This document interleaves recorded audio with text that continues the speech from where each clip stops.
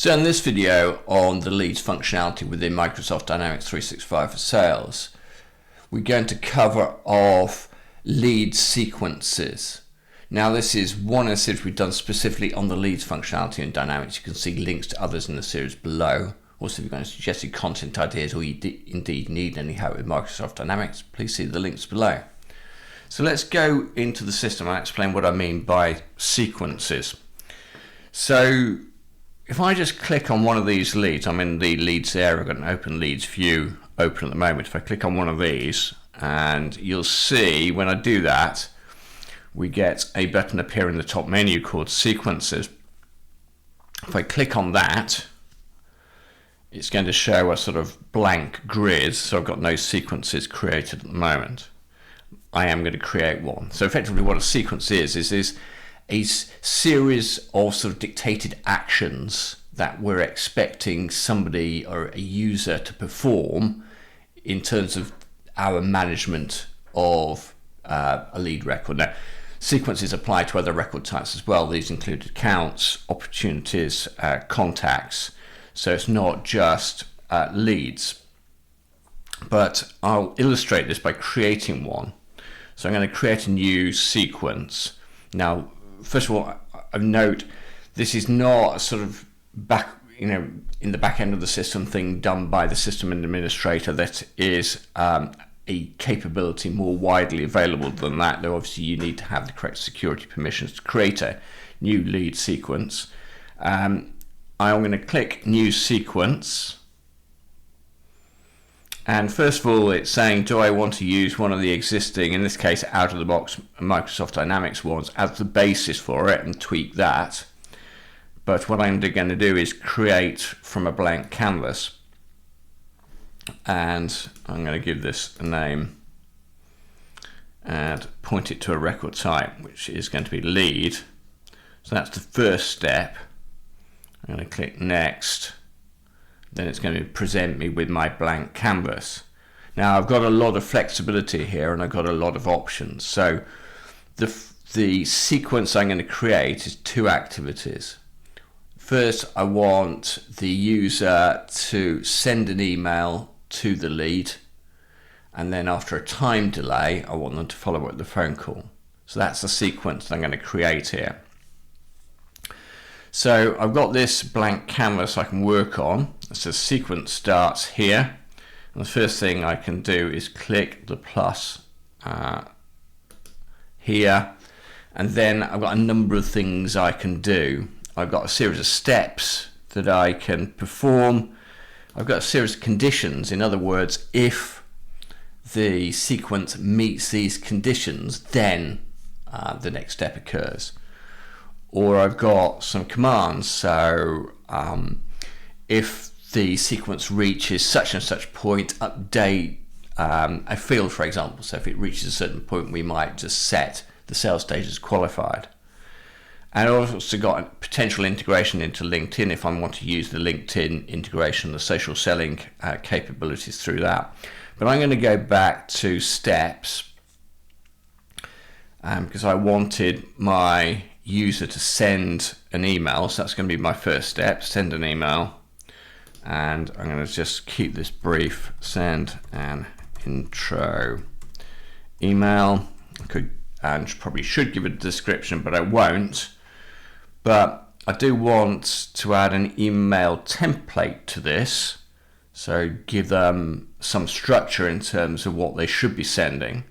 So if I click on that, that'll go away, and that's going to give me my list of, in this case, standard out-of-the-box templates. But obviously, in your environment, you can set up your own individual templates.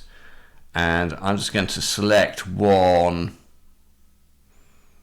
This is a Microsoft out-of-the-box one, and obviously we would tweak and tune that ordinarily, but I'm just going to accept that and apply that template. So that's my first step, and then I'm going to follow that up with a phone call, but I want to actually delay that a little while. I don't want to send the email and then instantly call them. So I'm going to inject a wait time into that. So I just go and put in a set wait time tile. And it's asking me to define what the wait time is, and I'll just say a couple of days. Happy with that. And then the final thing I wanted to do was for them to follow up with a phone call. So just add that and put in a make a phone call activity. And I'm just going to say follow up and qualifier. So that's that. So I'm happy enough with that. I'm going to save it. It's telling me my sequence is saved. And before I can use it, I do need to activate it. So I'm going to activate it here.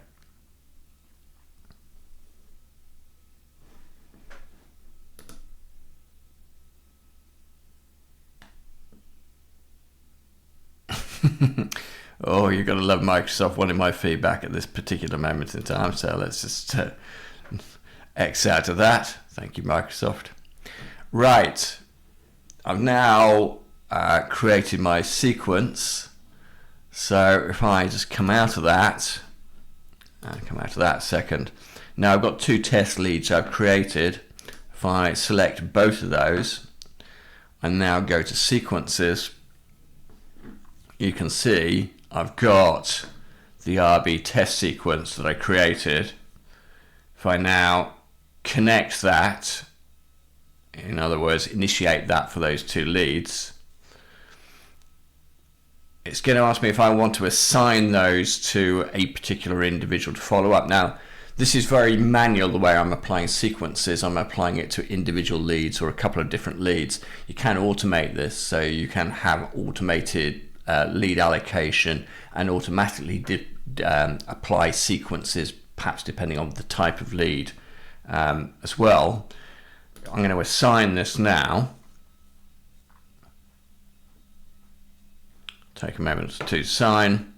And then if I go to test lead 1, which is one of the ones that I just assigned that lead,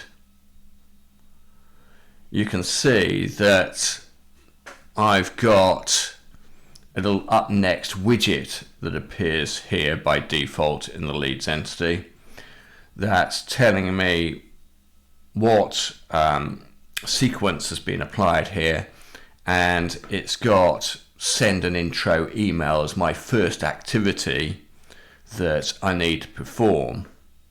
Now if I go and click that email, I'll just pop that up there, that's asking me to send that email to them. Now one of the reasons I could automate that email, I could have automatically sent that out, but I do in this particular case want the user to be able to sort of tweak and tune that email. Obviously this is a standard out of the box one which we haven't tuned to our particular needs, but I'm just sort of showing that we can edit this before sending it. So I can gives the user some options to send the email that they want to send to, perhaps tweak a standard template, so it's just appropriate for that particular lead. I'm going to send that. It's not going to go out because it's a sandbox system and I have disabled the mailbox just in case anything gets sent out accidentally. So it will save it and just put it as a pending email. So I've now completed that, and then it's going to effectively say the next activity is in 1 hour, 23 hours and 59 minutes now. So we can see that it's already set that follow-up activity. So it's very much a sort of guided selling process. If I wanted to see how we were getting on with that sequence, I could just go to the bottom here, change my area from sales to sales insights settings. And if I go to the area called sequences, I can see that there's an RB test one that's active that I created earlier. And if I want to see how many connected leads there are and their status in relation to that sequence, I can just click on connected leads, and you can see there are 2 where that sequence has been assigned, and I'm sort of halfway through on one of them, which fits with what we saw earlier because I assigned it to 2 leads and I've started work on one of them. Anyway, hopefully that gives you a little bit of that insight to the power of lead sequences. I think it's very useful to be able to potentially automate that lead management process, just setting out the activities that you want users to carry out. That's likely to potentially lead to a better outcome in terms of lead conversion, for example. Anyway, as I said, this is one in a series we've done specifically on the leads functionality in Microsoft Dynamics. You can see links to others in the series below. Also, if you've got any suggested content ideas or you need any help with Microsoft Dynamics, please see the links below. Anyway, thank you very much for your time today, and hopefully see you again soon.